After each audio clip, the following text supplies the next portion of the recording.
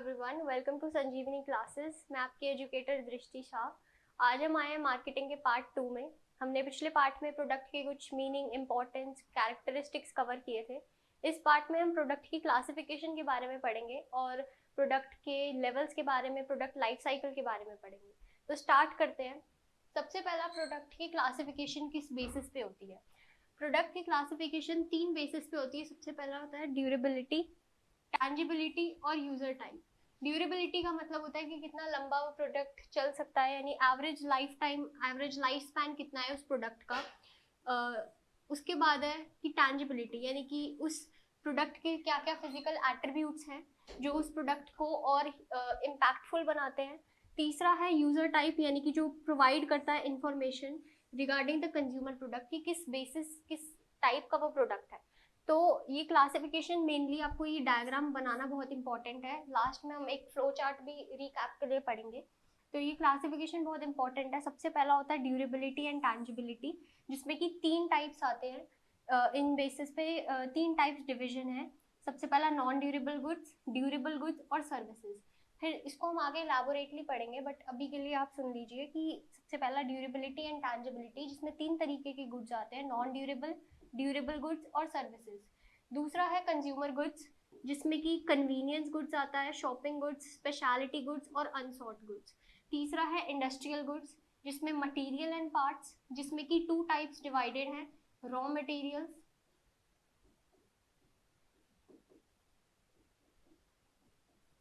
और दूसरा है इसमें बिजनेस सर्विसेज। ठीक है। और दूसरा है कैपिटल आइटम्स और सप्लाईज। राइट। तो ये डिवीजन है। सबसे पहला हम पढ़ेंगे classification on the basis of durability and tangibility.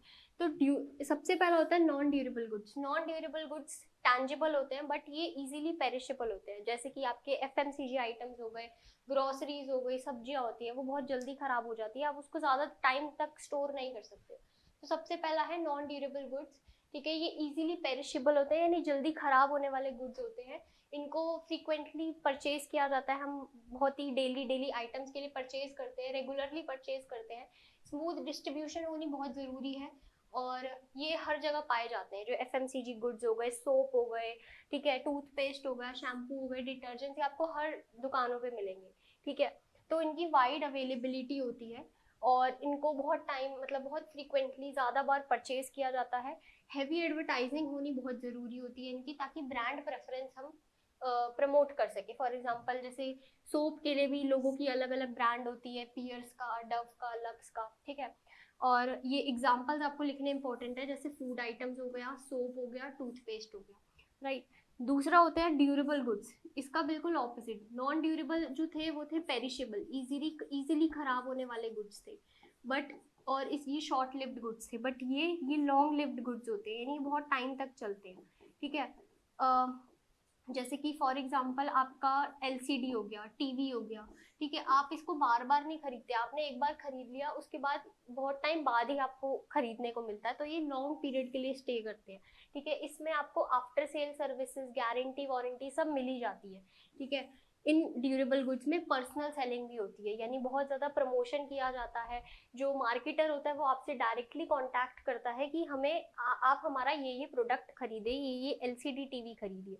ठीक है। और हाई इन्वॉल्वमेंट होता है। इसमें जो होता है, इसमें लो इन्वॉल्वमेंट होता है। इसमें लो इन्वॉल्वमेंट का मतलब हुआ कि आपको ज़्यादा, जो खरीदार है, बायर है, उसको ज़्यादा टाइम नहीं खर्च करना पड़ेगा अपना एक सोप खरीदने के लिए या डिटर्जेंट खरीदने के लिए। उसको ज़्यादा अपना टाइम या एफर्ट नहीं लगाना पड़ेगा उस चीज़ में। पर as compare to durable goods, LCD TV, mobile phone, microwave, refrigerator, ये खरीदने के लिए जो खरीदार होता है वो ज़्यादा टाइम इन्वॉल्व करता है, ज़्यादा एफर्ट इन्वॉल्व करता है। ठीक है। क्योंकि ये एक ही बार लगते हैं, उसके बाद बहुत टाइम बाद ये रिप्लेस होते हैं। तो इसमें हाई इन्वॉल्वमेंट डिसीजन होता है। ठीक है। फिर तीसरा होता है हमारा सर्विसेज। सर्विसेज को मैं आई 3 से, एक्रोनियम है इसका एक, आई 3 का मतलब क्या हुआ? आई 3 का मतलब हुआ इंटैंजिबल, इनसेपरेबल और इनकंसिस्टेंट। इंटैंजिबल यानी कि आप उसको फील नहीं कर सकते, आप उसको टच नहीं कर सकते, आप उसको फील कर सकते हो, एक्सपीरियंस कर सकते हो, ठीक है। इनसेपरेबल यानी प्रोडक्शन और कंजम्पशन जो है वो साथ साथ चलती है। आपने किसी चीज का ऑर्डर दिया, ठीक है, तो वो चीज आपका आपके लिए प्रोड्यूस हो रही है, आपने कोई होटल में गए, आपके लिए वो चीज प्रोड्यूस हो रही है और आप उसी को साथ में ही कंज्यूम कर रहे हो। तो प्रोडक्शन और कंजम्पशन इनसेपरेबल है, साथ साथ चलता है। And third is inconsistent. तो ये वही बताया कि कैन नॉट बी सीन और touched, they can only be experienced, ठीक है। जो सर्विसेज होती है वो कस्टमर की प्रेफरेंसेस पे बेस्ड होती है, ठीक है। जैसे कि बैंकिंग हो गया, इंश्योरेंस हो गया, हॉस्पिटैलिटी, एजुकेशन। आप किसी कोचिंग में जाते हो, ठीक है, आप पहले ट्रायल लेके देखते हो, डेमो लेके देखते हो कि हमें अच्छा एक्सपीरियंस मिल रहा है कि नहीं मिल रहा, ताकि हम वो सर्विस आगे कंटिन्यू करें, ठीक है। तो classification on the basis of durability and tangibility तीन तरीके की है। नॉन ड्यूरेबल गुड्स जो कि इजीली पेरिशेबल होते हैं, लो इन्वॉल्वमेंट होता है इसमें, हैवी एडवर्टाइजिंग होती है। दूसरा ड्यूरेबल गुड्स जो कि इसके ऑपोजिट बिल्कुल लॉन्ग लिव्ड होते हैं, गारंटी वारंटी के साथ आते हैं। और तीसरा सर्विसेज जो कि इनटैंजिबल, इनसेपरेबल और इनकंसिस्टेंट, ये फिल इन द ब्लैंक्स में आता है, ठीक है, 1 मार्क्स के फिलअप्स में ये आता है। दूसरा है classification on the basis of consumer goods. Consumer goods जो है, कंज्यूमर प्रोडक्ट सबसे पहले तो होते क्या है? कंज्यूमर प्रोडक्ट्स होते हैं कि ऐसे प्रोडक्ट्स जो कि हर जगह अवेलेबल है, ठीक है, उनको मिनिमम टाइम और एफर्ट के साथ खरीद सकते हो। जो हमारी रोजमर्रा की जिंदगी में जो प्रोडक्ट्स यूज किए जाते हैं, डेली आइटम्स होते हैं, रूटीन आइटम, ठीक है, जैसे ब्रेड हो गया, मिल्क हो गया, ठीक है, तो ये लो प्राइस पे ऑब्टेन किए जा सकते हैं, ठीक है। इनकी कंटिन्यूअस डिमांड चलती है, ठीक है। ऐसा नहीं है कि आप हर दिन दूध नहीं लेके जा रहे, ठीक है, ऐसा नहीं आपने मिल्क पीना छोड़ दिया या एग्स खरीदने छोड़ दिए। तो इनकी जो डिमांड चलती है वो कंटिन्यूस चलती है और रेगुलर डिमांड चलती है, और ये चीप प्राइसेस पे होता है। कंज्यूमर गुड्स है, कंज्यूमर के लिए ही बनाई जाती है, ठीक है। जो डिमांड और कंपटीशन होता है इनका बहुत हाई होता है। क्यों? क्योंकि इनकी हर जगह अवेलेबल है। मिल्क जो है, ब्रेड जो है, वो हर जगह अवेलेबल है। मैं कस्टमर हूँ, ठीक है, मेरे पे डिपेंड करता है, मुझे इस दुकान पे नहीं मिलेगा, मैं दूसरी दुकान पे ले लूंगी, बट इसलिए इनकी जो डिमांड और कंपटीशन होता है वो हाई होता है, ठीक है, क्योंकि ये हर जगह पाए जाते हैं, ठीक है। अगर मेरे को एक दुकान पे नहीं मिलेगा, मैं दूसरी दुकान पे चली जाऊंगी। तीसरा, ये प्रोडक्ट सब्सटीट्यूटेबल होते हैं, यानी कि वही जैसे मैंने बताया, अगर डव के शैम्पू की अगर प्राइस थोड़ा सा भी बढ़ गया तो मैं किस पे शिफ्ट कर जाऊंगी? मैं क्लिनिक प्लस पे शिफ्ट कर जाऊंगी, ठीक है। तो ये वही होता है, यानी इजीली सब्सटीट्यूटेबल होते हैं। हैवी एडवर्टाइजिंग और सेल्स प्रमोशन स्ट्रैटेजी चलती है। सेल्स प्रमोशन स्ट्रैटेजी यानी बाय 2 गेट 1 फ्री, ठीक है, साबुन के साथ चलते हैं, और भी कॉम्प्लीमेंट्री गिफ्ट दे देते हैं वो कि आप तो कंज्यूमर क्या सोचता है? कंज्यूमर इस जाल में फंस जाता है कि मैं 2 ले रहा हूँ साबुन तो मेरे को 1 फ्री मिल जाएगा, ठीक है। तो बाय 2 गेट 1 फ्री का ऑप्शन चलता है इसमें, सेल प्रमोशन चलती है, और बहुत ज्यादा हैवी एडवर्टाइजिंग चलती है। तो बेसिकली कंज्यूमर गुड्स ऐसे होते हैं, ठीक है। अब कंज्यूमर गुड्स में भी कुछ टाइप्स हैं। फॉर एग्जांपल, सबसे पहला है कन्वीनियंस प्रोडक्ट, ठीक है। कन्वीनियंस प्रोडक्ट क्या होता है? इसमें कन्वीनियंस प्रोडक्ट में भी 3 टाइप्स हैं: staple goods, impulse goods, emergency goods, ठीक है। स्टेपल गुड्स क्या होते हैं? ये हमारे रूटीनली आइटम्स वाले गुड्स होते हैं, ठीक है, जैसे ब्रेड हो गया, मिल्क हो गया, एग्स हो गया, सोप हो गया, टूथपेस्ट हो गया। ये हम हर रोज खरीदते हैं। These goods are purchase regularly, ठीक है। इनमें लो इन्वॉल्वमेंट डिसीजन होता है, यानी बहुत जल्दी हम किसी चीज को बाय करते हैं, ठीक है। और ये हमारे रूटीन शॉपिंग लिस्ट का पार्ट होता है। ये हर जगह हमारे retail stores, near by stores में हर जगह पाए जाते हैं, ठीक है। तो ये होता है स्टेपल गुड्स, ठीक है, जो रूटीनली शॉपिंग लिस्ट का हमारा पार्ट होता है। दूसरा होता है इम्पल्स गुड्स। ये अनप्लान्ड परचेजेस होते हैं। फॉर एग्जाम्पल, अगर आपको भेजा कुछ सामान लाने के लिए और आपके पास पैसे बच गए, तो आपने क्या सोचा कि मैं चलो इस चीज की, इस 5 रुपए बच गए, मैं चॉकलेट ले लेता हूँ या ले लेती हूँ। तो ये जो था, ये आपका अनप्लान डिसीजन था। आपने ये नहीं सोचा कि मैं, आपने सोच के नहीं गए थे कि मैं ये लूंगा ये चीज, या ये मैं खरीदूंगी ये चीज। तो ये था एक अनप्लान्ड परचेज था, ठीक है। आपके अंदर एक इंस्टेंट डिजायर आया, तभी तो आपने वो चीज खरीदी, तो इम्पल्स पे आपने एक्ट किया, ठीक है। तो ये ऐसे परचेजेस होते हैं जो आप सोच के नहीं गए हो, बट आपने वो खरीद लिया वो आइटम, ठीक है। और ये ज्यादातर कस्टमर को अट्रैक्ट करने के लिए हाई ट्रैफिक एरियाज में रखे जाते हैं। फॉर एग्जांपल, चॉकलेट्स हो गई, च्युइंगम हो गई, मैगजीन्स हो गई, ठीक है। फिर आता है इमरजेंसी गुड्स। इमरजेंसी गुड्स यानी कि जो हमारी अर्जेंसी की नीड के लिए जो गुड्स हम खरीदते हैं, उनको इमरजेंसी गुड्स कहते हैं। फॉर एग्जाम्पल, आप दूसरी कंट्री में गए, अब टूथपेस्ट, शेविंग फोम, ये सब बहुत जरूरी होता है, ठीक है। अब आप क्या करोगे, आप लाना भूल गए वो, तो आप कहीं भी दुकान पे जाके आप ज्यादा प्राइस देके आप खरीद लोगे उस गुड्स को। क्यों? क्योंकि आपकी अर्जेंट नीड पूरी हो रही है उससे, ठीक है। आप ज्यादा पे कर दोगे, क्यों? क्योंकि आपको बहुत ज्यादा इमरजेंसी है उस वक्त, ठीक है, तब आप पैसा नहीं देखोगे। तो usually bought when the need arises suddenly, for example toothbrush हो गया, शेविंग ब्लेड्स, रेन कोट, ठीक है, जब आप ट्रैवल कर रहे हो और बारिश हो गई तो रेन कोट या अम्ब्रेला की डिमांड बढ़ जाती है, ठीक है, तो वो हो जाते हैं इमरजेंसी गुड्स में आ जाते हैं वो, ठीक है। तो ये कन्वीनियंस प्रोडक्ट्स के 3 टाइप्स थे। अब आता है दूसरा ही कंज्यूमर गुड्स का है। हाँ, तो मार्केटिंग स्ट्रैटेजी क्या होती है, सबसे पहले मार्केटिंग स्ट्रैटेजी क्या होती है कन्वीनियंस गुड्स की, वो देख लेते हैं। सबसे पहला प्राइस जो होगा, अब आप डेली आइटम्स के जो प्रोडक्ट हैं उनको आप ज़्यादा प्राइस पे रख नहीं सकते, ठीक है, क्योंकि हर जगह पाए जाते हैं, तो उनको बहुत ही लो प्राइसेस पे, चीप प्राइस पे रखा जाता है, and they are widely available. Promotion, mass promotion होता है, जैसे मैंने पहले बताया, सेल्स प्रमोशन की स्ट्रैटेजी चलती है, बाय 2 गेट 1 फ्री वाली। प्लेस, ये जो प्रोडक्ट है ये हर जगह वाइडली डिस्ट्रीब्यूटेड है, ठीक है, और हर कन्वीनियंट लोकेशन पे, आप 2 कदम की दूरी पे आपके 3 दुकानें होंगी रिटेल स्टोर्स की, ठीक है, तो ये हर जगह अवेलेबल होते हैं कन्वीनियंट लोकेशंस पे।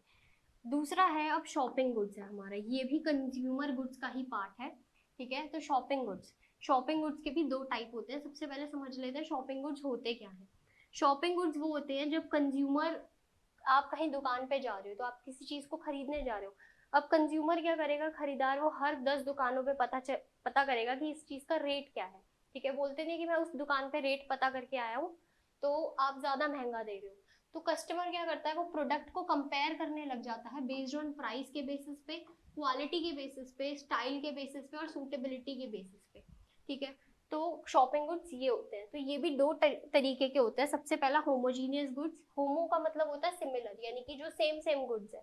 हेट्रोजीनियस यानी कि जो डिफरेंट गुड्स है, ठीक है। ये यूजुअली ड्यूरेबल होते हैं, यानी जो शॉपिंग गुड्स होते हैं वो ड्यूरेबल होते हैं, इनका हाई यूनिट प्राइस होता है, क्योंकि आप कहीं किसी चीज को कंपेयर कर रहे हो तो ऑफ कोर्स वो ज्यादा महंगी है, ठीक है। तो ये गुड्स का थोड़ा हाई यूनिट प्राइस होता है, ताकि जो बेचने वाला है उसको भी क्या मिले, प्रॉफिट मार्जिन मिले, ठीक है। तो बायर जो है प्लान्ड परचेज होता है, क्योंकि हम घर से सोच के जाते हैं कि हमें ये चीज खरीदनी है, ठीक है, हम 10 दुकानों पे पता कर रहे हैं, तो हमारा ये प्लान्ड परचेज है ना। तो बायर्स जो है वो ज्यादा अपना टाइम और एफर्ट स्पेंड करता है, यानी इसमें हाई इन्वॉल्वमेंट होती है, तो इसमें हम लिख सकते हैं कि देयर इज हाई इन्वॉल्वमेंट,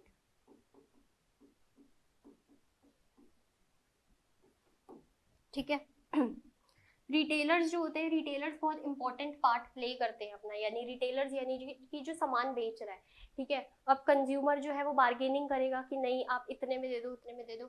सबसे इंपॉर्टेंट रोल प्ले करता है रिटेलर, जो वो कहता है कि आप चलो 750 में डन करो, ठीक है। तो रिटेलर जो है उसका काम क्या होता है, कंज्यूमर को इन्फ्लुएंस करना, ताकि कंज्यूमर दूसरी दुकान पे भी ना जाए और उस रिटेलर की दुकान से उसी प्राइस पे या उससे थोड़े कम प्राइस पे खरीद ले, ताकि उसका प्रॉफिट हो जाए, ठीक है। तो जैसे इसके एग्जांपल हो गए, क्लोथ्स हो गया, फर्नीचर हो गया, मोबाइल फोन हो गया, शूज हो गया, ठीक है। तो ये सब चीजें शॉपिंग गुड्स में आती है। अब हम इसके टाइप देखते हैं, जो कि होमोजीनियस और हेट्रोजीनियस है। होमोजीनियस सबसे पहले तो सिमिलर और अलाइक प्रोडक्ट्स होते हैं, यानी कि ऐसे प्रोडक्ट्स जो हर कोई सेलर ऑफर कर रहा है, ठीक है, हर किसी के पास है। For example washing machine, refrigerator, ऐसा तो है नहीं आपको एक ही दुकान पे मिलेगा, आपको हर अलग दुकान पे मिलेगा। तो इसके कारण क्या हो जाता है, प्राइस वॉर हो जाती है। प्राइस वॉर यानी कि फॉर एग्जाम्पल अगर एक कंपनी है, वो टीवी जो है वो टीवी ऑफर कर रही है कितने में, वो टीवी ऑफर कर रही है फॉर एग्जाम्पल 1.25 में कर रही है ऑफर, ठीक है, और जो दूसरी कंपनी है वो फॉर एग्जांपल 2 लाख में कर रही है। तो क्या होएगा कि स्मार्ट टीवी है वो, ठीक है, समझ लो ऐसा। तो वो क्या होएगा, कंज्यूमर जो है वो प्राइस वॉर चलेगी, इनकी कंपनी की चलेगी इनडायरेक्टली, ए कंपनी की और बी कंपनी की प्राइस वॉर चलेगी, ठीक है। कंज्यूमर कंपेयर करेगा कि नहीं उस दुकान पे तो इतना मिल रहा है, आप ज्यादा एक्स्ट्रा ले रहे हो पैसे, ठीक है। तो मार्केटर क्या करेगा इसमें, मार्केटर या जो बेचने वाला है उसका क्या रोल होएगा, वो समझाएगा खरीदार को कि नहीं हमारा जो प्रोडक्ट है वो किस तरीके से यूनिक है, इसलिए हम इतने प्राइस पे बेच रहे हैं, ठीक है। हम हाई प्राइस पे बेच रहे हैं, क्यों बेच रहे हैं, क्योंकि हमारा प्रीमियम डिजाइन है, हमारे ये फीचर्स है, हमारा नया मॉडल है, या ये ऑफर भी लग रहा है आपको, इसलिए आपको यहाँ पे मतलब ज्यादा पैसों का मिल रहा है, ठीक है। तो जो मार्केटर है वो समझाएगा।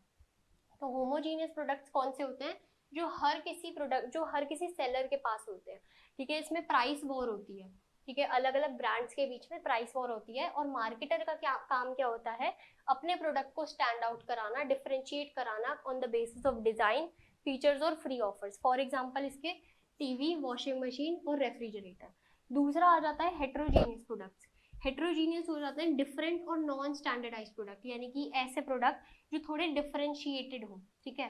फॉर एग्जाम्पल जो कंज्यूमर है वो फोकस करेगा, वो प्राइस पे फोकस नहीं करेगा, वो क्वालिटी पे फोकस करेगा, डिजाइन पे फोकस करेगा, ठीक है। फॉर एग्जाम्पल अगर आप लेने जा रहे हो कपड़े, ठीक है, तो भले ही आपकी पहली दुकान पे अगर कपड़ा का जो क्लोथ्स है उसका कपड़ा अच्छा हो, उसकी क्वालिटी अच्छी हो, पर वो ज्यादा प्राइस पे दे रहा हो, और सेम कपड़ा जो है वो दूसरी दुकान पे मिल रहा हो, ठीक है, बट उसकी जो क्वालिटी है वो अच्छी नहीं है, बट प्राइस कम है, ठीक है, तो आप क्या प्रेफर करोगे, ज्यादा अच्छी क्वालिटी वाला, क्वालिटी को प्रेफर करोगे ना आप कपड़ों के मामले में या फर्नीचर के मामले में। भले ही आप 2 पैसे ज्यादा दे रहे हो, कार के लिए, मोबाइल फोन के लिए आप 2 पैसे ज्यादा दे रहे हो, पर आप क्वालिटी प्रेफर करोगे एज कम्पेयर टू प्राइस, ठीक है। तो कंज्यूमर जो है वो ज्यादा बेस्ट क्वालिटी ऑप्शन ढूंढने की कोशिश करता है, ठीक है। तो हेट्रोजीनियस प्रोडक्ट्स में कि जो प्रोडक्ट अलग अलग डिफरेंशिएटेड है, नॉन स्टैंडर्डाइज्ड है, और यहाँ पे प्राइस वॉर ना होके क्वालिटी के बेसिस पे, डिजाइन के बेसिस पे देखा जाता है, ठीक है।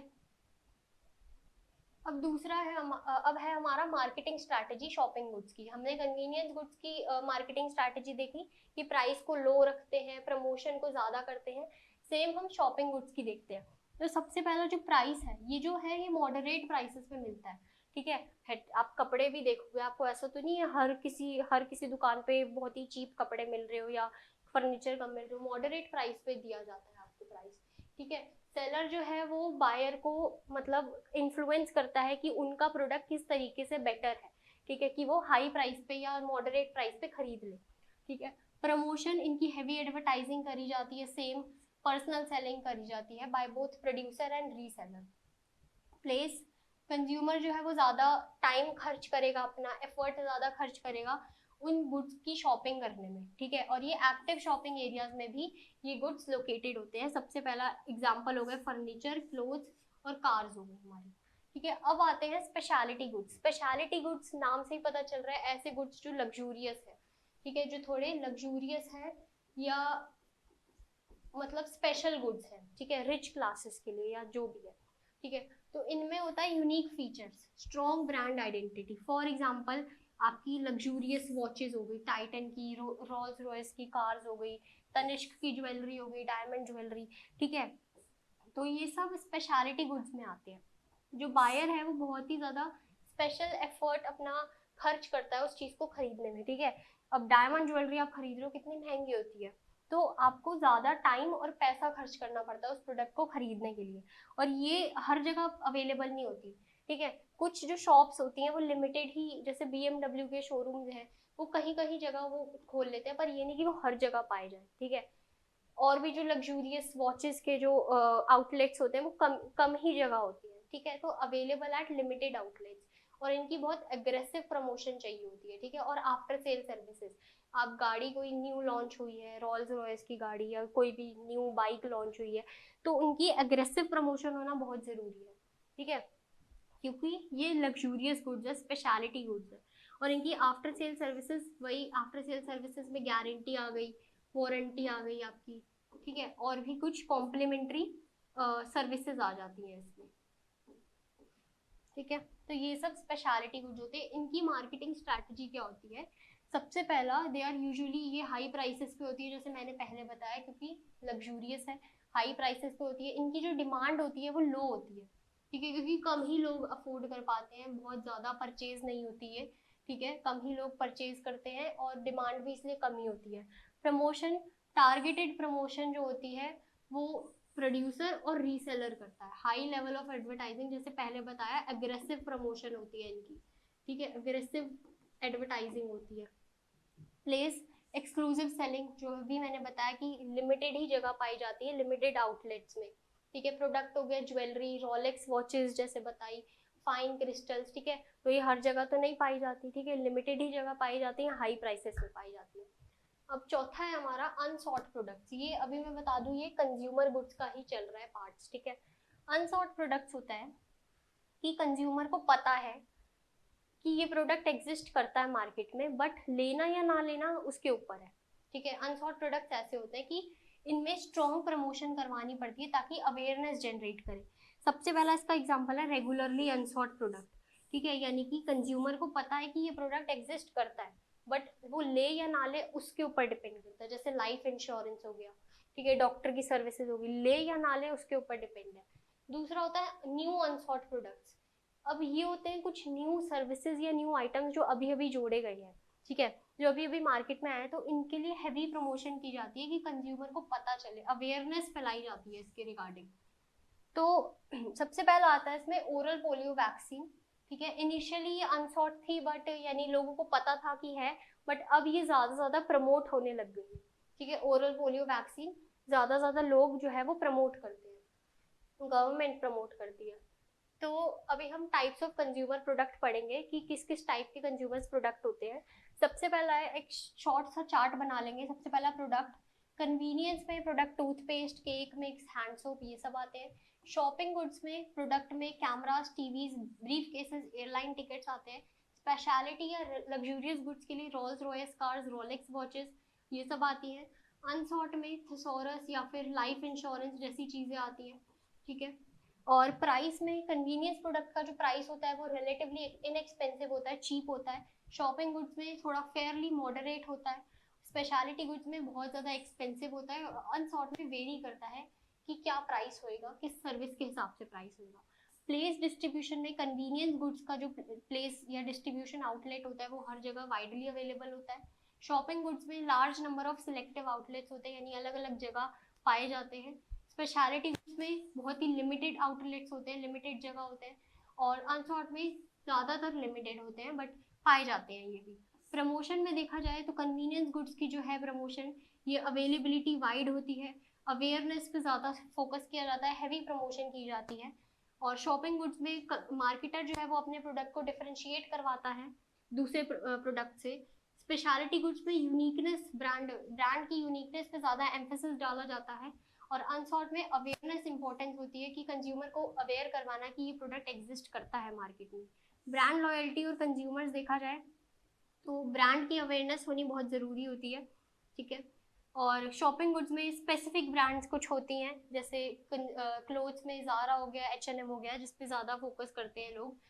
स्पेशलिटी में ब्रांड बहुत ज़्यादा लॉयल होती है, ठीक है, जैसे तनिष्क के डायमंड ज्वेलरीज हो गई। अनसॉर्ट में सब्सटीट्यूट एक्सेप्ट किए जाते हैं। परचेज बिहेवियर कंज्यूमर्स का ये फ्रीक्वेंट होता है, यानी ज़्यादा लोग खरीदते हैं कंज्यूमर गुड्स को, फ्रीक्वेंटली बाय करते हैं। शॉपिंग को इनफ्रीक्वेंट परचेजेस होते हैं, बट होते हैं, बहुत ज़्यादा नहीं होते।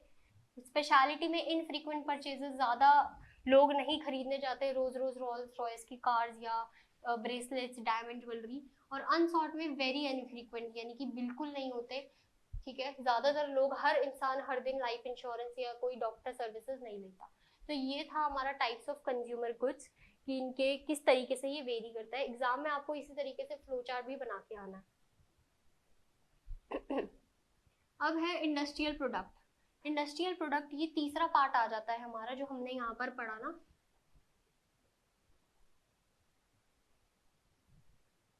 जो हमने यहाँ पर पढ़ा था, इसमें से हमने ड्यूरेबिलिटी और टैंजिबिलिटी के बेसिस पे नॉन ड्यूरेबल गुड्स पढ़ लिए, ड्यूरेबल गुड्स पढ़ लिए, सर्विसेज पढ़ ली। कंज्यूमर गुड्स में भी हमने कन्वीनियंस गुड्स पढ़ा, शॉपिंग गुड्स पढ़े, ये स्पेशलिटी और अनसॉर्ट पढ़ा। अब हम पढ़ रहे हैं इंडस्ट्रियल गुड्स, ठीक है।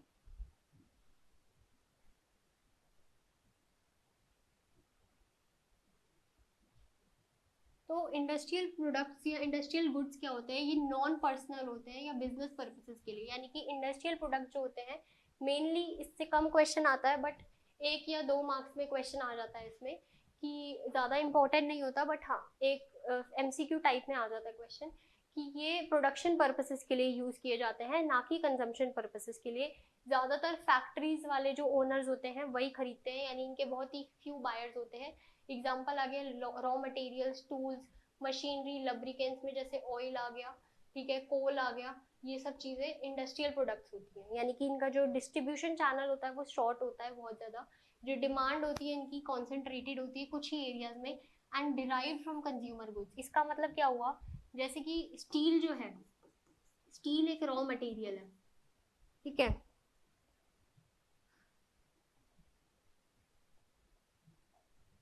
स्टील एक रॉ मटेरियल है,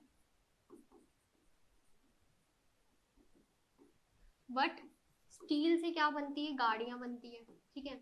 तो गाड़ी क्या है, एक फाइनल प्रोडक्ट है, एक कंज्यूमर प्रोडक्ट है, ठीक है। तो अगर गाड़ी या कंज्यूमर प्रोडक्ट की डिमांड बढ़ेगी, ठीक है, तो स्टील की भी डिमांड बढ़ेगी, ठीक है। ज्यादा स्टील की डिमांड बढ़ेगी कि हमें ज्यादा गाड़ियां बनानी है, ठीक है।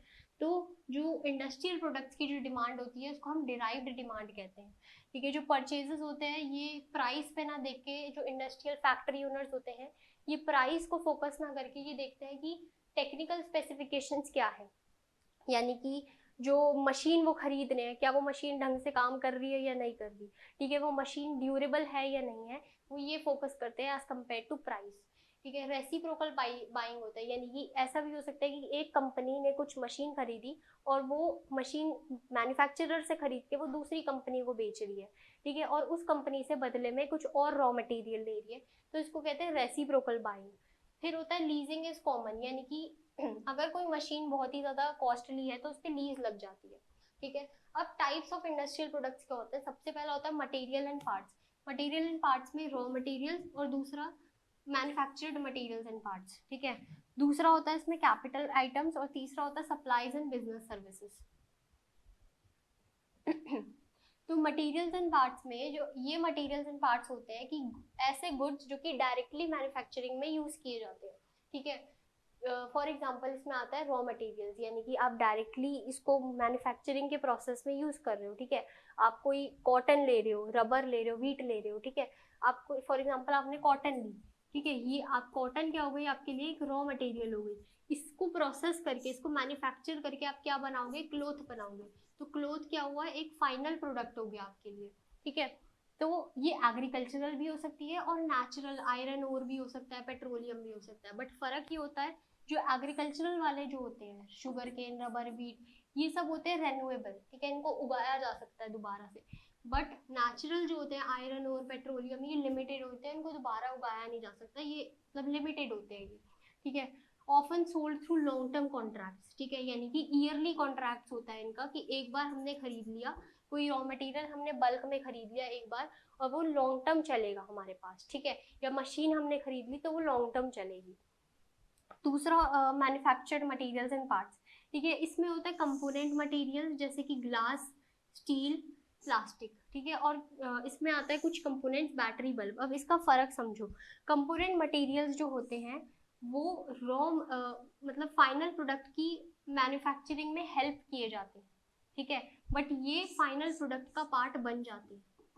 फॉर एग्जाम्पल अगर मैं क्लियर करूँ तो अपने आप को, कि जैसे कि स्टील है या प्लास्टिक, स्टील को एग्जांपल ले लो, जो मैंने गाड़ी वाला एग्जांपल लिया, कि स्टील जो है उसको हम यूज करेंगे गाड़ी बनाने के लिए, या ठीक है, तो स्टील को गाड़ी बनाने के लिए यूज करेंगे, तो स्टील का यूज हो गया, अब वो गाड़ी में आ गई, तो वो स्टील जो है वो फाइनल प्रोडक्ट का पार्ट बन चुकी है।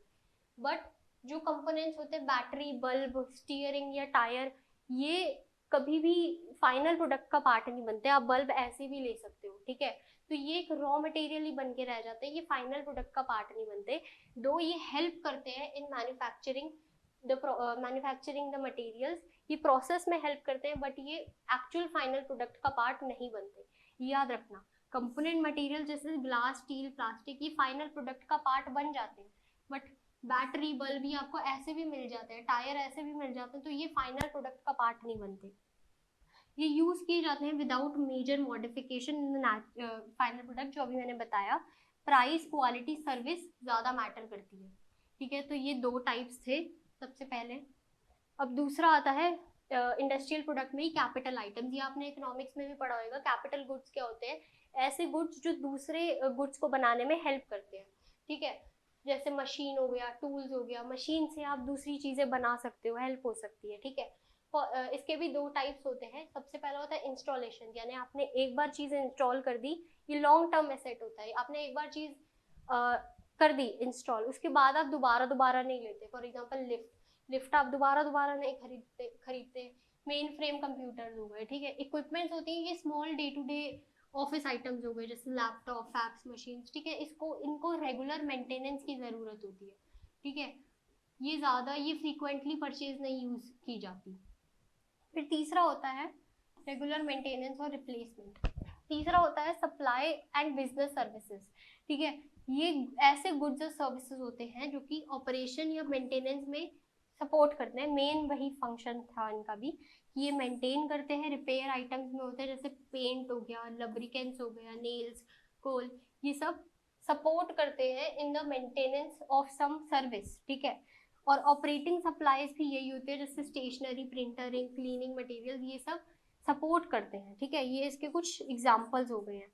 फिर आता है बिजनेस सर्विसेज। इसमें भी दो टाइप के होते हैं। मेंटेनेंस सर्विसेज कि आप किसी चीज को आप सर्विस दे रहे हो फॉर मेंटेनिंग समथिंग। ठीक है, विंडो क्लीनिंग, विंडो को मेंटेन करने के लिए आप सर्विस दे रहे हो। और दूसरी आती है इसमें एडवाइजरी सर्विसेज, यानी किसी से कंसल्टेंसी ले रहे हो, एडवर्टाइजिंग कर रहे हो, लीगल सर्विस, तो आप ये उससे एडवाइजरी सर्विस ले रहे हो। ठीक है, तो ये बिजनेस सर्विसेज का ही पार्ट होता है।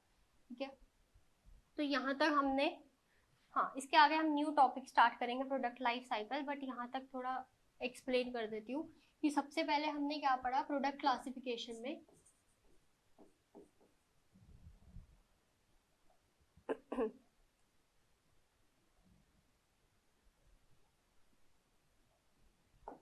तो प्रोडक्ट क्लासिफिकेशन में हमने सबसे पहले पढ़ा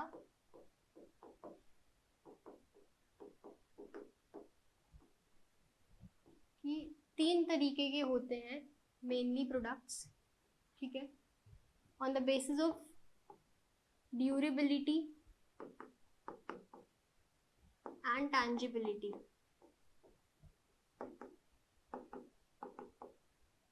ठीक है, दूसरा on the basis of consumer goods,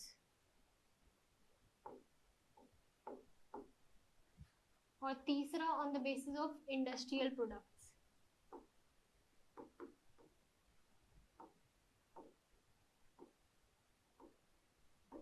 ठीक है, ड्यूरेबिलिटी और टैंजिबिलिटी में हमने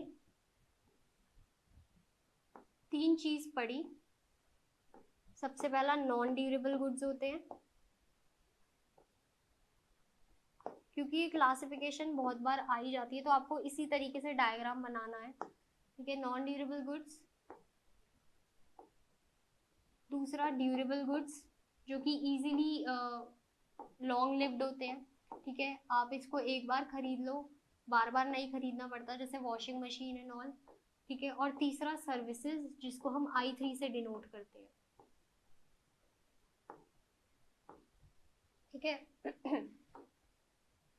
कंज्यूमर गुड्स में आपके सबसे पहला क्या आता है, कन्वीनियंस प्रोडक्ट्स।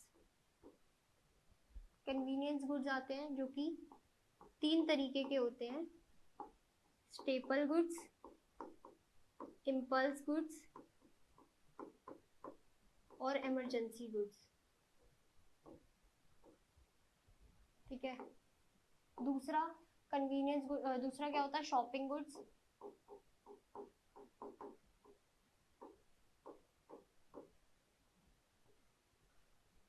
जो कि दो तरीके का होता है, होमोजीनियस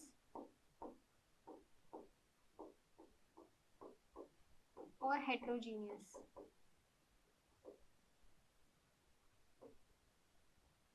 तीसरा इसमें आता है स्पेशलिटी गुड्स, जो कि लग्जूरियस गुड्स होते हैं आपके। और देन अनसॉर्ट गुड्स।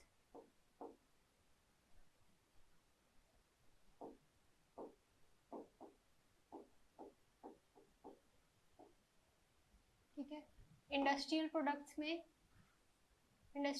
में सबसे पहला आता है रॉ मटेरियल, हाँ रॉ मटेरियल्स एंड पार्ट्स आता है ना।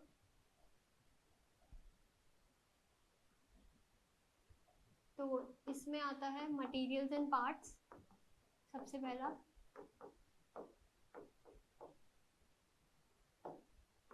जिसमें रॉ मटेरियल्स होते हैं और मैन्युफैक्चर्ड मटेरियल्स और पार्ट्स होते हैं।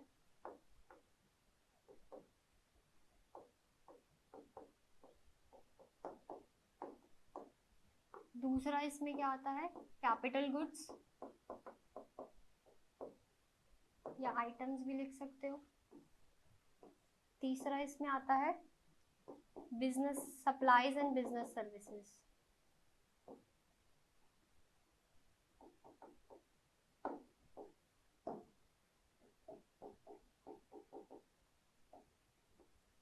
ठीक है, तो ये पूरा आपको ऐसे तरीके से डायग्राम, आपको फ्लो चार्ट बना के देना है प्रोडक्ट क्लासिफिकेशन में। अट्रैक्टिव लगता है इससे आंसर, ठीक है।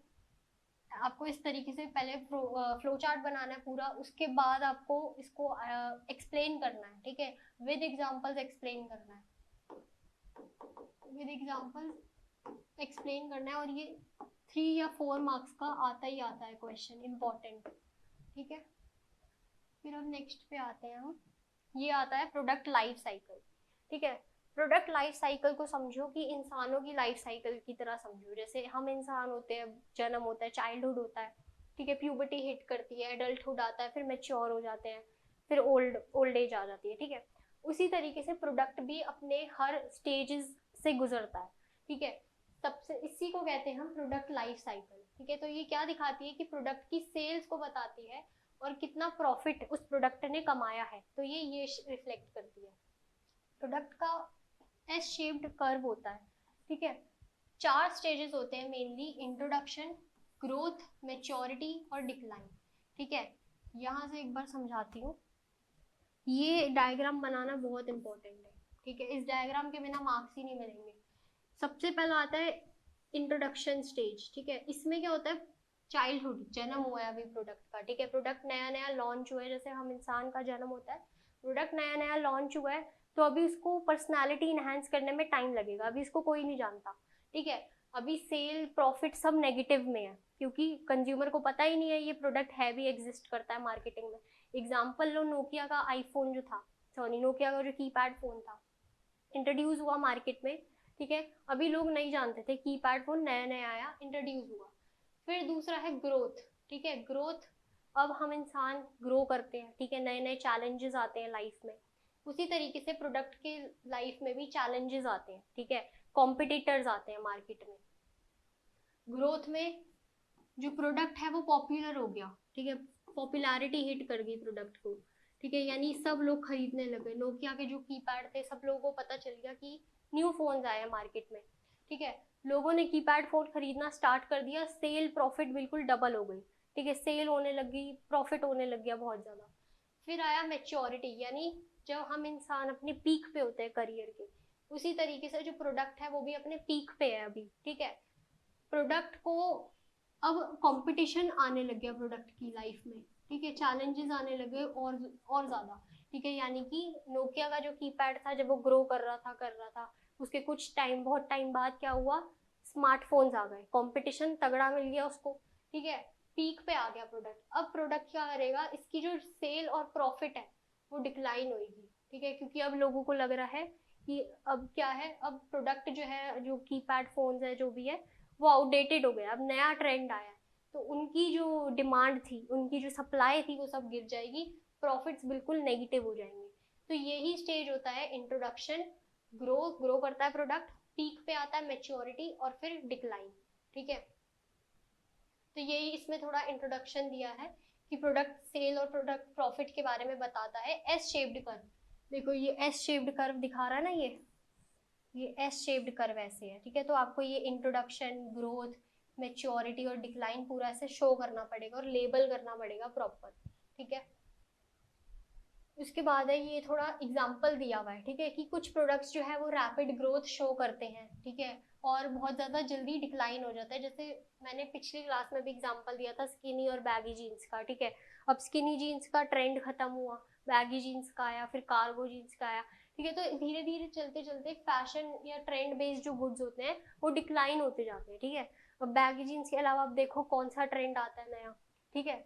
तो उसी तरीके से जैसे इसमें ये एग्जांपल दिया हुआ है कि इंडिया में बिफोर 1991 जब लिबरलाइजेशन, एलपीजी पॉलिसी नहीं आई थी, तब कार्स, टीवी, रेफ्रिजरेटर, इनको इतना कंपटीशन नहीं फेस करने को मिल रहा था। बट जब 1991 के बाद लिबरलाइजेशन आई, ठीक है, कंपनीज ग्रो करी, प्राइवेट इंडस्ट्रीज ग्रो करी, कंपटीशन इंक्रीज हुआ, ठीक है, कंज्यूमर की जो नीड्स थी वो बदल गई, कंज्यूमर के पास ज़्यादा चॉइसेस आ गई।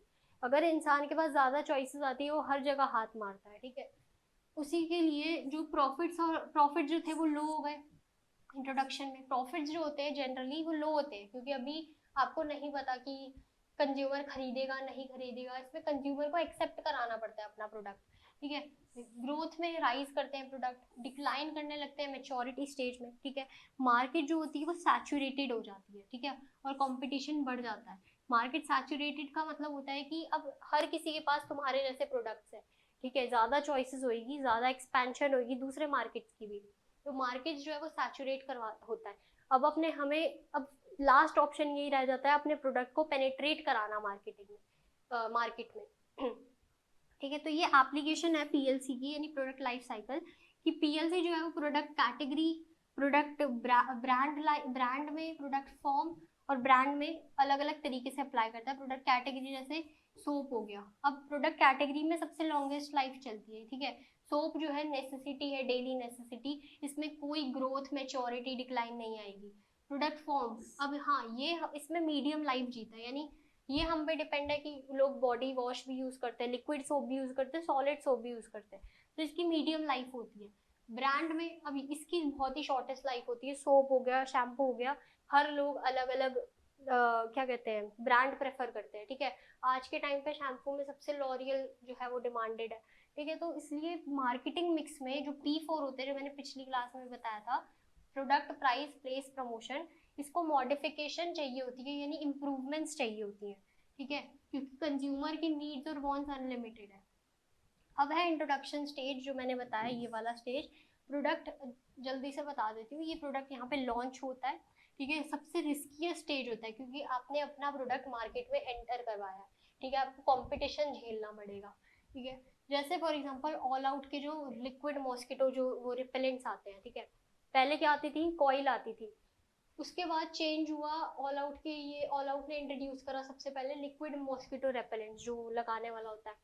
धीरे धीरे करते हुए नए कॉम्पिटिटर्स आ गए, मॉर्टीन आ गया, गुड नाइट आ गया, ठीक है। तो ऐसे तरीके से प्रोडक्ट को इंट्रोड्यूस करवाया। की कैरेक्टरिस्टिक्स होती है, सबसे पहला गोल होता है अवेयरनेस क्रिएट करवाना, अपने प्रोडक्ट को एक्सेप्ट करवाना कंज्यूमर से। ये हाई ऑपरेशनल और प्रमोशनल कॉस्ट, बहुत ज़्यादा एडवर्टाइजिंग की ज़रूरत होती है, ठीक है। सेल्स कम ही होती है इसमें, देख लीजिए आप, सेल्स जो है वो कम है इसमें, ठीक है। फ्यू कॉम्पिटिटर्स होते हैं, क्योंकि आपको अभी आपने प्रोडक्ट नया नया बनाया है, कोई इतनी जल्दी से कॉपी नहीं करेगा, ठीक है। तो फ्यू कॉम्पिटिटर्स होते हैं, लिमिटेड डिस्ट्रीब्यूशन होते हैं। कंज्यूमर क्या करते हैं, छोटी छोटी ट्रायल क्वांटिटीज में, कि थोड़ा सा भी लेके जाके देखते हैं, उसके बाद अगर अच्छा लगा तो हम ले लेंगे, स्मॉल ट्रायल क्वांटिटीज होती हैं। फिर होता है मार्केटिंग स्ट्रैटेजीज, इंट्रोडक्शन स्टेज में ज़्यादा हैवी एडवर्टाइजिंग करनी पड़ती है, ठीक है। प्राइस लो ही सेट किया जाता है ताकि मार्केट पेनिट्रेशन, ये मार्केट पेनिट्रेशन हम आगे बहुत इंपॉर्टेंट पढ़ेंगे, ठीक है। अभी के लिए समझ लो, मार्केट पेनिट्रेशन का मतलब होता है कि अपने प्रोडक्ट को मार्केट में किसी भी तरीके से एंटर करवाना, मार्केट में घुसाना, ठीक है। फिर हाई प्राइस सेट कर दिया जाता है, जब धीरे धीरे कंज्यूमर्स को आदत पड़ जाती है ना हमारे प्रोडक्ट की, फिर हम ज़्यादा कॉस्ट लेने लगते हैं, ठीक है, ताकि जो हमने प्रोडक्ट बनाने पे कॉस्ट लगाई है या मंगवाने में कॉस्ट लगाई है वो कवर हो जाए। डिस्ट्रीब्यूशन सिलेक्टिवली स्टार्ट होता है, फिर धीरे धीरे एक्सपैंड करने लगता है जैसे जैसे कंज्यूमर एक्सेप्ट करते हैं। कम्युनिकेशन, ये फोकस करता है ऑन एजुकेटिंग कस्टमर्स, ठीक है, क्योंकि कंज्यूमर को नहीं पता अभी। दूसरा है ग्रोथ स्टेज। ग्रोथ स्टेज ये सेकंड स्टेज होता है प्रोडक्ट की लाइफ साइकिल का, यहाँ पे सेल्स जो है वो बढ़ती हैं, ठीक है, ज़्यादा ज़्यादा कंज्यूमर्स जो है वो खरीदने लगते हैं प्रोडक्ट को। एग्जिस्टिंग कस्टमर्स जो हैं, जो पहले के जो कस्टमर्स थे वो खरीदते हैं, रिपीटेड परचेजेस करते हैं, और न्यू कंज्यूमर्स भी जुड़ जाते हैं, ठीक है, क्योंकि सेल्स बढ़ रही है। और जैसे कि मोबाइल हैंडसेट जो मोबाइल के कवर थे वो ग्रोथ स्टेज में थे, नए नए मॉडल्स हैं, ठीक है। कैरेक्टरिस्टिक्स में इसमें क्या लिखोगे कि सेल्स और प्रॉफिट जो है वो बहुत तेजी से बढ़ती है, कॉस्ट रिड्यूस होता है, ज़्यादा ज़्यादा कंपटीशन होता है। ग्रोथ में मैंने बताया था कंपटीशन मार्केट में एंटर होने लगता है, ठीक है, क्योंकि कंज्यूमर के पास चॉइस बढ़ जाता है, चॉइस का दायरा बढ़ जाता है, features, packaging, prices and bases पे, ठीक है।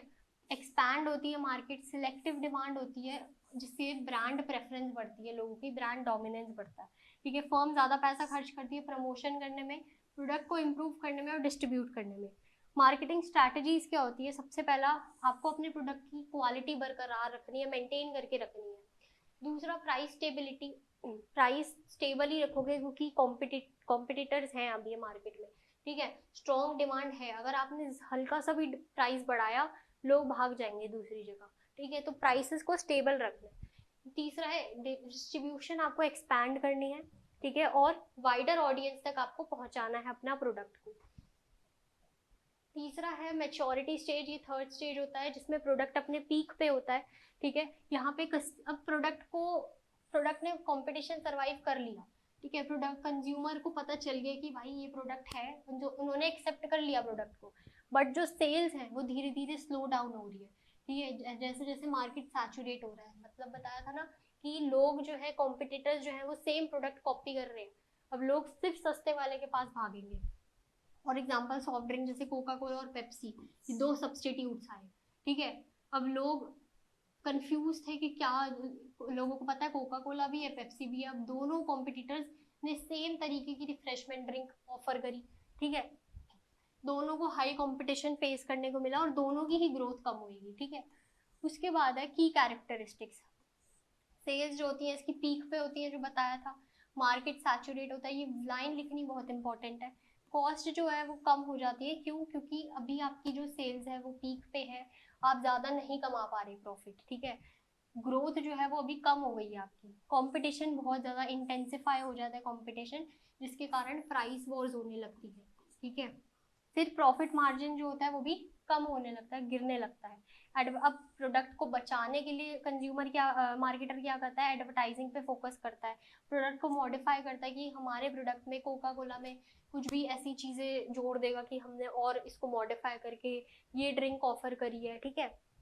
फिर उसके बाद सर्विसेज एनहांस करता है, रीपोजिशन, मैंने पिछली क्लास में बताया था कि अगर प्रोडक्ट पहले कामयाब नहीं हुआ तो उसको दोबारा से रीपोजिशन करवाना है, उसको दोबारा से मॉडिफाई कराना है, उसके फीचर्स डिफ्रेंशिएट करने हैं और प्राइसिंग को एडजस्ट करना है, ठीक है। कोका कोला, लोग कंफ्यूज हैं इन दोनों के बीच में, अगर इसका प्राइस कम हो जाएगा हल्का सा भी और इसका स्टेबल ही रहेगा तो लोग इसकी तरफ भाग जाएंगे, उनको फर्क नहीं पड़ता, ठीक है।